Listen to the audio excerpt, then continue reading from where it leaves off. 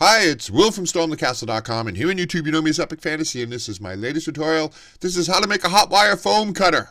How to make one yourself. I show you everything you need, including that wire and where to get it and what to do. But this is a two-in-one tool, and that is also a hot wire foam cutter table, which I really like. I've never seen one like this that's kind of dual purpose. So you can take the handle out and use it as you want to, and then put it in the table and use it as a table. And the whole thing about this cutter is the simple concept of nichrome wire that gets hot as you apply a current to it. See, just like that. And this is, of course, too hot for cutting foam, but I just wanted to show you, you put a power supply on it and you cut it. So let's launch into the intro, and then let's do how to make a hot wire foam cutter dual purpose. Dioramas, origami, catapults, and trebuchets, telescopes, terrariums, bonsai trees, and paper games, swords and shields, and real blacksmithing, rattle rockets, animation. I teach the art of real creation. StormTheCastle.com. Let's make something. Okay, so let's take a look at the wire. A hot wire foam cutter like this is a Woodland Scenics. There's all different companies that make them. It's just really simple. Is a length of nichrome wire that's stretched and across two tines, and then a current is put on it. And I recommend you buy this 26 gauge nichrome wire from Woodland Scenics. It's like $5 and you get 4 feet of it. And it's specifically, the company specifically makes it for hot wire foam cutters. So it's, it's durable, it works well, it's very reliable. So you test it to see what you're going to need.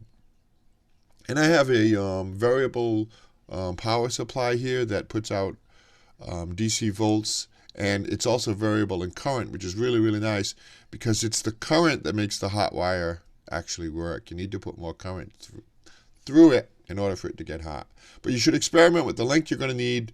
In our case, it's 4 inches. That's about the span across the tines of the handheld cutter. And you just adjust the current up until you get it to where it smoothly cuts the type of foam you're going to be using. And different types of foams have different melting points. But you want a nice smooth cut. And you don't want to heat it any hotter than necessary because then it will decrease the lifespan of the wire. And let's take one more look at that. I kind of had fun overheating the wire. I just thought you'd like to take one more look at it. I think we're gonna peek at the power supply here. That's 12.2 volts and 1.52 amps, which is too much. The 1.52 amps we should bring down to use it. All right, so before we build it, let me show you how it works. It's really, really simple. The most important thing here is that the handheld unit slides between 2 slides snugly and then into a keyhole there to hold it down. And that's everything. So you can slide it out of the unit and slide it back into the unit as needed. So let's cut the pieces, and I'm using 1/4 inch plywood for just about everything. I used some 1/4 inch poplar too. But just cut all your various pieces, and I have the template and the plans for this that gives you everything you need to understand the different parts. Every single part is dimensioned out, so you can just follow those plans and make the exact same one that I made if you want. And there's the handheld unit. And hey, if you wanted a larger cut, 4 inches is about what I have here. A 4-inch length, you could make that larger so you could get a larger cut, a bigger bow. And then you simply just glue down all the various pieces onto the base plate. And we'll go through this. I think this might be about double speed, maybe triple speed. And I'm using a wood glue.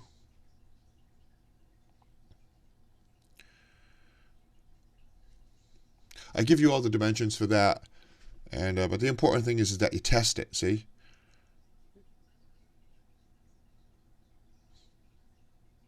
And adjust those 2 guide pieces as needed so you get a firm but snug fit. So you want that handheld unit to slide in there nice and neat, nice and snugly, and then fit into the keyhole, and then that handheld unit is locked in place. Once you got that all figured out,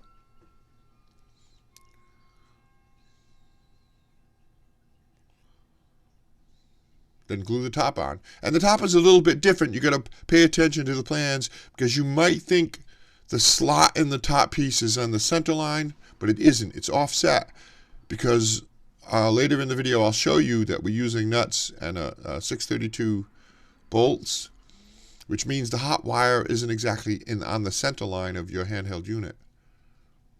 But that's all right. That's all in the plans. So let's make the handheld unit. It's really simple. You drill a couple of clearance holes for your nuts, your 632s, and I believe they're 3/4 inches long. You put some washers on there and a nut to hold it down.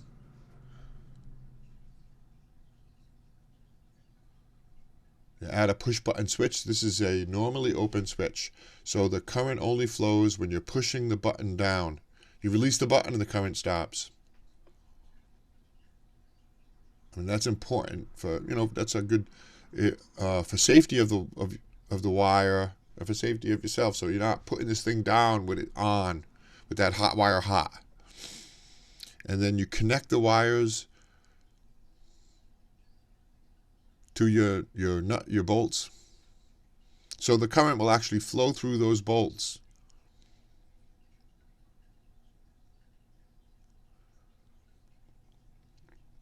And then we're going to add a piece of nichrome wire. I cut mine about, think that's about 6 inches. You get a little bit extra. Put a washer. You wrap the wire on the bolts.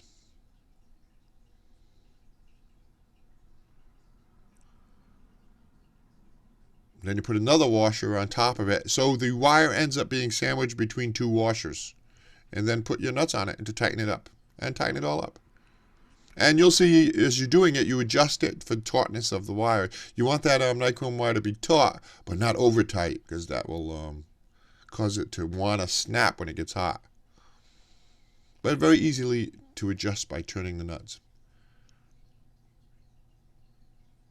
And you can see now, because the wire is on washers and nuts, it's away from the center line of the base unit. So then add a long cord so you can power it up. And I have more about this on my website. The tutorial is in the description of this video down below. Solder everything is optional. Tape it all up.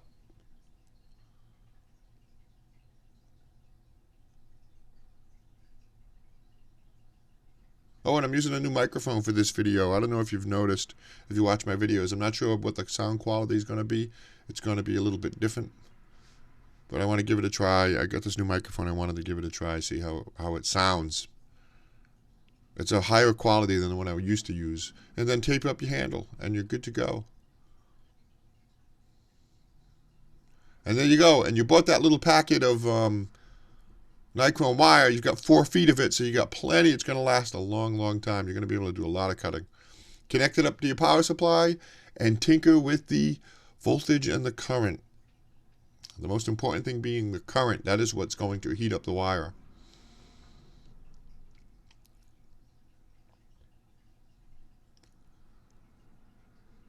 And test it. And then now, if you're going to do the same thing with a power supply, you might want to put a little right on the hot wire foam cutter there, the handheld unit, the volts and current, the volts and amps, so you can quickly set it whenever you want to use it. But you're looking for a nice smooth cut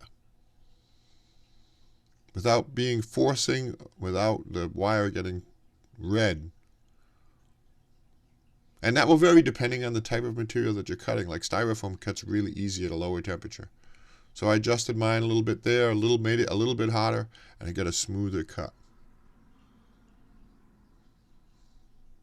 And the thing that I really love about this unit is, and that's nice, people have made those before, but this is what I like about it. So now you can slide it into the tabletop unit and use it that way, which is really, really kind of neat.